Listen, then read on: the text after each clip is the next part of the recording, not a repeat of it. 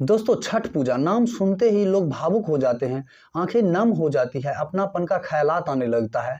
खास करके बिहार, यूपी, झारखंड और नेपाल के तराई क्षेत्र वाले लोगों के लिए ये ना सिर्फ एक पर्व या फिर त्योहार है, बल्कि एक भावना है जिसमें लोग बह जाते हैं। दोस्तों ये एक ऐसा पर्व है जिसमें लोग नदी या फिर तालाब के किनारे वाले क्षेत्र को साफ करके वहाँ पर घाट का निर्माण करता है।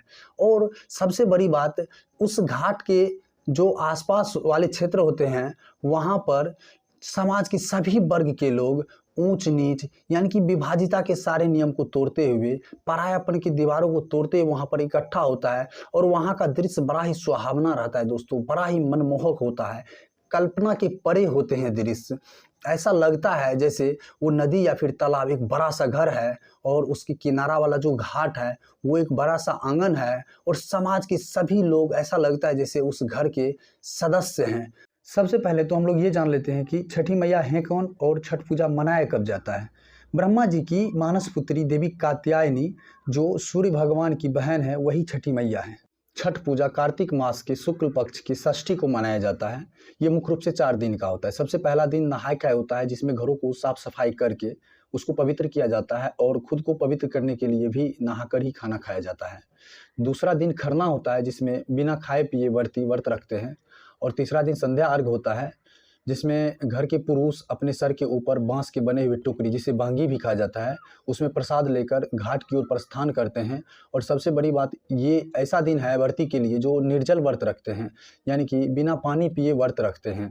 आप सोच सकते हैं कि बिना पानी पिए उनकी गला और होंठ बंजर जमीन की तरह सूख जाते हैं, फिर भी वो छठी मैया के लिए गीत गाते हैं।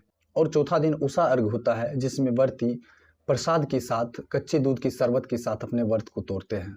दोस्तों वेस्टर्न कल्चर को मानने वाले लोगों की मान्यता है कि उगते हुए सूरज शुभ होता है, जबकि डूबते हुए सूरज अशुभ होता है। उसकी मान्यता बकवास है दोस्तों। हमारे यहाँ तो वो परंपरा है जहाँ न सिर्फ उगते हुए सूरज बल्कि डूबते हुए सूरज को भी अर्घ दिया जाता है, पूजन किया जाता है, नमन किया जाता है। आप खुद सोच सकते हैं, हमारे लिए सूरज एक भगवान है। क्या भगवान की एकमात्र दिशा बदल जाने से, पूर्व से पश्चिम हो जाने से, क्या श्रद्धालुओं के प्रति उनकी भावना और कृपा बदल जाएंगे? नहीं, ऐसा नहीं हो सकता है दोस्तों। इसीलिए हमें उस मान्यता को माननी ही नहीं चाहिए जो हमारे परंपरा और सभ्यता के विरुद्ध हो। आप खुद सोच कर देखिए, जब हमारा जन्म होता है या फिर जब हमारी मृत्यु होती है, उस दौरान जो भी नियम कानून विधि विधान होता है वो हमारे परंपरा और सभ्यता के अनुसार होता है। तो मैं उस मान्यता को क्यों मानूं जो हमारे परंपरा के विरुद्ध हो। दोस्तों अब हम लोग जानते हैं कि छठ पूजा सबसे पहले कब मनाया गया। इसे ठीक ठाक तो नहीं कहा जा सकता है, लेकिन महाभारत काल में दानवीर कर्ण, सूर्यपुत्र कर्ण पानी में जाकर घंटों सूर्यदेव को अर्घ देते थे, और द्रौपदी भी अपने पांडवों को दीर्घायु के लिए छठी मैया को पूजन किया करती थी। पुराणों में चर्चा किया गया है कि जब राजा प्रियव्रत और रानी मालिनी को संतान की प्राप्ति नहीं हो रही थी, तब उन्होंने छठी मैया को पूजन किए, जिसके फलस्वरूप उन्हें संतान की प्राप्ति हुई। जब भगवान राम रावण को वध करके अयोध्या वापस आए थे और उन्होंने जब रामराज की स्थापना के लिए यज्ञ किए, तो उस दौरान माता सीता और भगवान राम भगवान सूर्य को अर्घ दिए थे। और हाँ दोस्तों, सूर्यदेव को सुबह और शाम अर्घ देने के कई सारे फायदे हैं।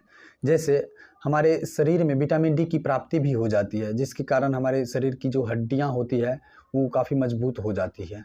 और जब हम लोग सूर्यदेव को अर्घ देते हैं तो सूर्य और हमारे आँखों के बीच जो जल होता है, उस जल से होकर सूर्यदेव की जो प्रकाश होते हैं वो हमारे आँखों में आते हैं, जिससे हमारे आँखों की दृष्टि क्षमता भी बढ़ती है।